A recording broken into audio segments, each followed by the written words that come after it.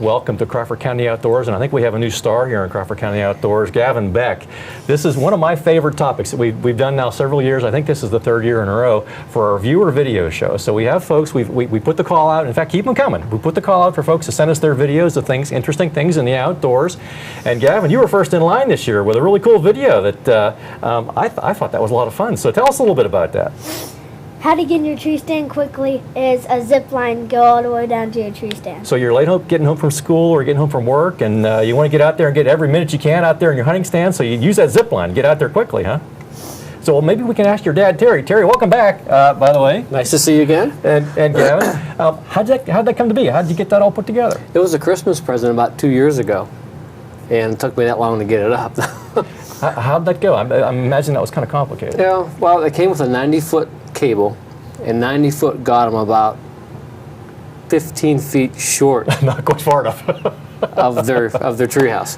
So at the Home Depot, got a 100-foot cable, 150-foot cable, and then ratcheted it all in there, and several testing flights to get the speed right. And my other son Landon was the tester, and he had a couple crashes to get the right speed, so they get down and they can just drop. So if you have the cable at a real sharp angle going down here, you're going to get going pretty fast. Right. And then you got to figure out how you're going to stop at the other end. So of you that. have the other end has to be way up in the tree.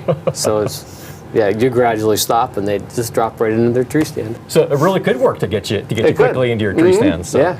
Maybe not a half mile or whatever your tree stand, but a few hundred feet. 100 feet. Anyways, we know it works at your house. It does. So. That's right. Well, Gavin, good for you. Good. That's cool. I like that idea. Thanks for thinking of that. And that was your idea to actually get that video together to put here on the show. So we got more things for you next year. Now you got to come up with some more videos for us for next year for that. Okay.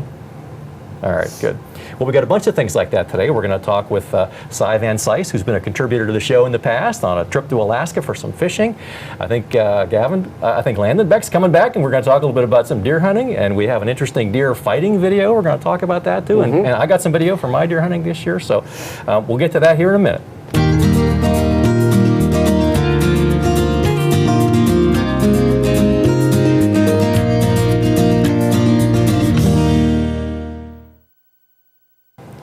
Well, joining now is Landon Beck. Landon, you got a deer this year? Yeah.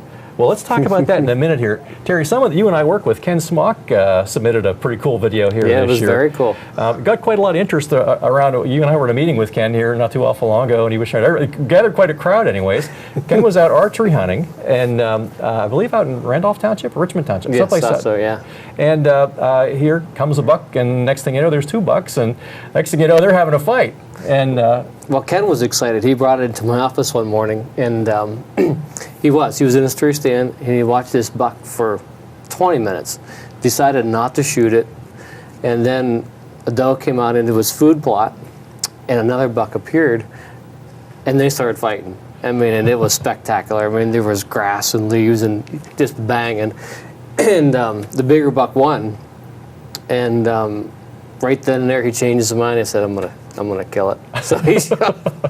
That was I said, well, Ken, what happened to the one that won? He said, I shot him. Yeah, I shot him. So I think folks will enjoy seeing that video. It's like, I know archery hunting, that's going to be I've never seen something like that happen before. He actually shot it with his phone, too. I mean, the video with his phone. With his iPhone, with the camera on his iPhone. So I think it's a pretty impressive video. I think folks will enjoy getting to see that. Yeah, but they're really going at it, and then finally the smaller buck gets completely rolled over and takes off, and it's like, again, what happened to the winner? I shot him. That you want to be the loser in that video. Sometimes the loser's actually the winner. That's right. Maybe that one will be back next year for the viewer video show. Well, thanks, right. Ken Smock, for submitting that video. Ken couldn't make it today. So keep in mind, if you're out there with your iPhone, even that's a good way. I saw a thing advertised, I think it was Cabela's someplace, where you can attach your iPhone to shoot right through the scope of your gun. I mean, so more and more ways of getting cool videos are existing out there. So, well, how'd you make out this year? I got a little button buck in junior rifle season. Tell us the story. Well, all morning we really didn't see much, and well, after that, actually in the morning. Actually, we did. We were down here in the morning, right? Yeah, in the morning. On the ground. We went in the back, down there, to see if we'd see anything. Just get it really quick in the morning, and we didn't see really anything till about 9 o'clock, and then my dad turns around, and then I turn back. Here's the way that he looks, and a buck and a doe are sneaking down the woods. And then as soon as my dad turns around, they see him, and then they run that way. And then we didn't. That gets your heart going pretty good. Your heart start pumping whenever you see. Yeah. Yeah. me too. And I've been doing it for a long time. I still get that. And then it was about 11, almost maybe 12, and we hear all this snorting up on top of the hill, and there's a doe up there. Looking right at us. Oh yeah. She winded us.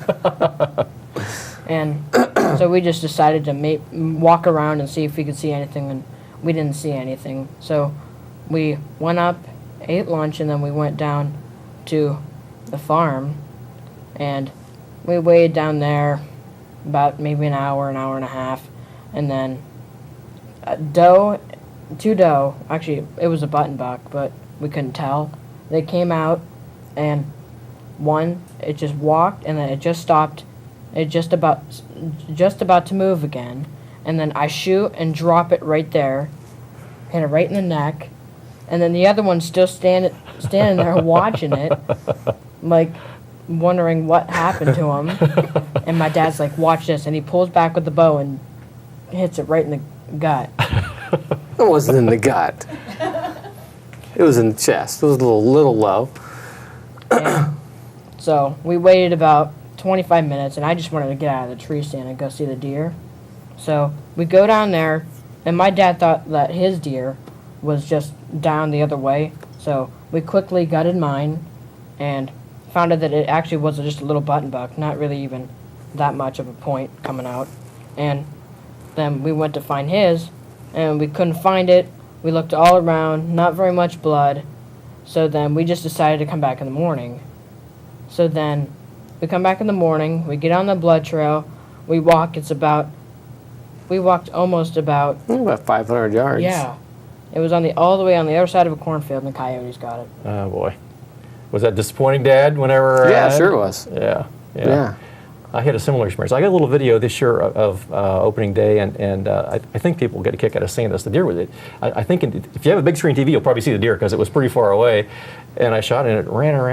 I followed, blood all over the place, and went right to a relative, right then. Which, I didn't feel bad about that. But I guess I should have hit it a little bit better than that. Or it wouldn't run around that far. Well, that one I hit too, I hit it just a little low, and it bled quite a bit at first, but we jumped it, and then it got dark, and I said, you know what, let's come back in the morning, we'll find it, and the coyotes found it first. So Landon, Chef Lisa is going to be cooking up some of the deer from your harvest this year. We're going to come back to that in a little while, but so now you're getting to be an experienced hunter out there. What's it like? Fun. Would that be one of your favorite activities? You got baseball, you got football, you got basketball, golf, all kinds of golf. Where would you rank hunting in all that? Definitely in the top 5. In the top 5. I only mentioned 5 things. I think so. It's in the top 5. Okay. Well, top 3.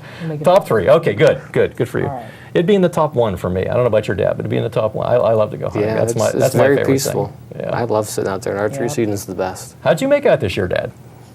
Well, I killed a doe. I'm sorry, in the Tuesday of rifle season. Yeah, nice sized doe.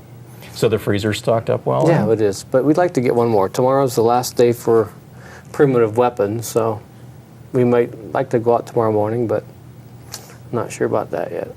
Well, it's always a great. It's becoming my favorite time of the year when all the hunting season first for me. I love small game season, and then deer season comes along right after, and now the primitive weapon season. I'm starting to get into that. This year I'm recovering from a little bit of a medical procedure I had to have, so I gotta be cautious, and so I haven't been able to get out. Nice crossbow work for you. So but I can't, since this shoulder had the surgery, I can't pull a crossbow back. So I guess I'll have to wait on trying out that stuff for next year. So. Well, thanks for sharing your story again, Landon. I think we got a picture we can let folks see about that hunt. It's always you always got to get pictures and video, and video is tricky. It's tough. I did finally end up with the deer later on in the season, and it's like I got some video of the deer shooting. This time I'm going to concentrate on getting that deer, and we'll worry about the video. Worry about the video after. Well, you know what? I didn't even tell you about the first day of rifle season with Landon. I kind of screwed him out of a buck. I didn't load his gun properly. We're borrowing my father-in-law's .243. It's a bolt action, and there's no removable clip. And we've only used the gun a couple of times to sight it in, so I would drop a shell into the chamber and close up the bolt. and he'd shoot it.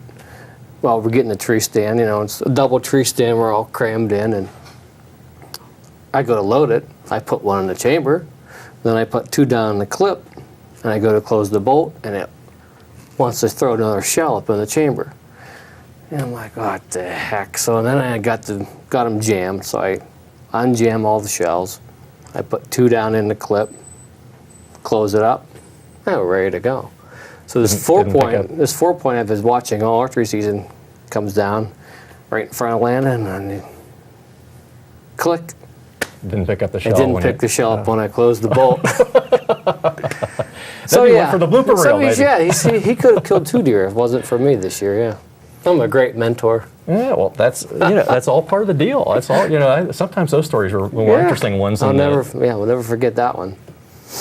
So Landon, I remember last year you telling me about the gun bucked up a little bit and cut you on your forehead and you were bleeding, whatever. How'd it go this year with that? Well, actually, the gun that we had last year had a lot more kick to it, and then this one this year had nothing on it at all, really. Couldn't be you got bigger. Yeah. That too. It's the same caliber gun. 243 is a good cartridge especially for those starting out because it doesn't kick too awful much. So it worked out well for you, huh? Yep. Well, congratulations. I'm looking forward to tasting some of your deer later on. I think Chef Lisa, she's over there getting ready right now. So looking forward to that. Chef Mom. To me, at least.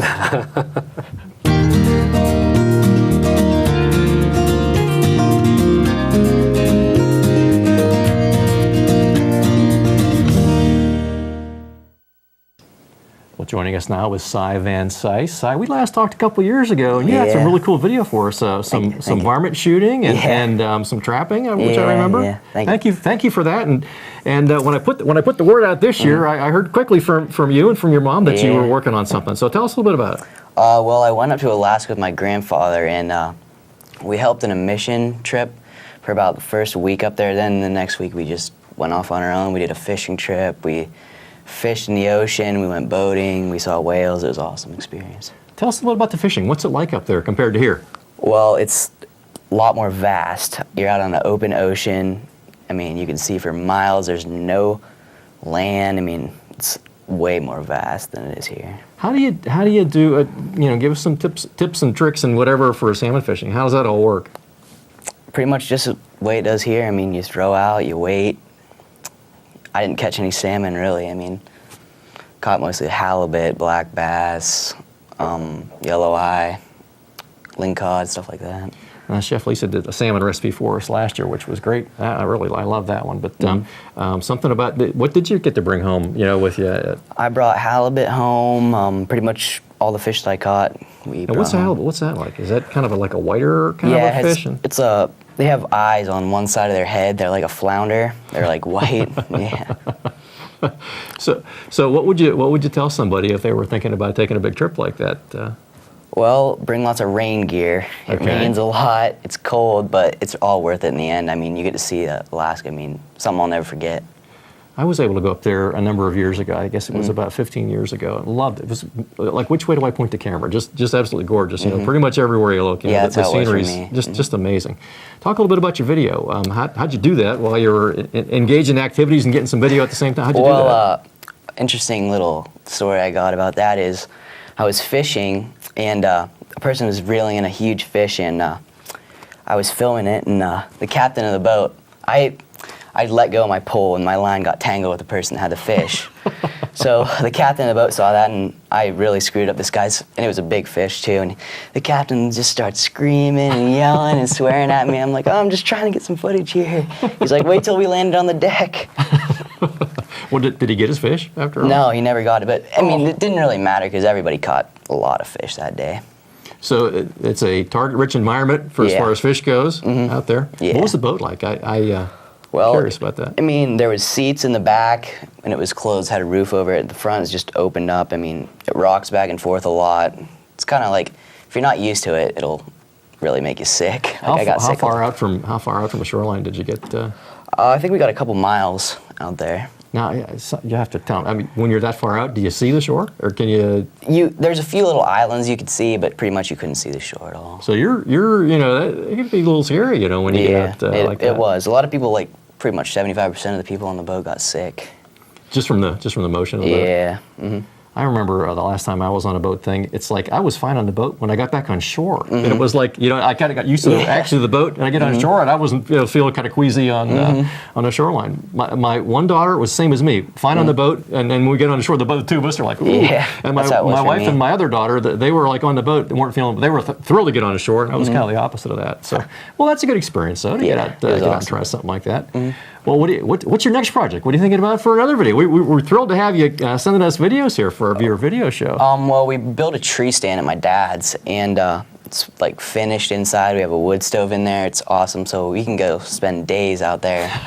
So I got some footage of a deer getting shot out of that. It wasn't good footage, but now I can film a lot more out of it. Okay, great. Well, we'll look forward to seeing that for another time. Very good.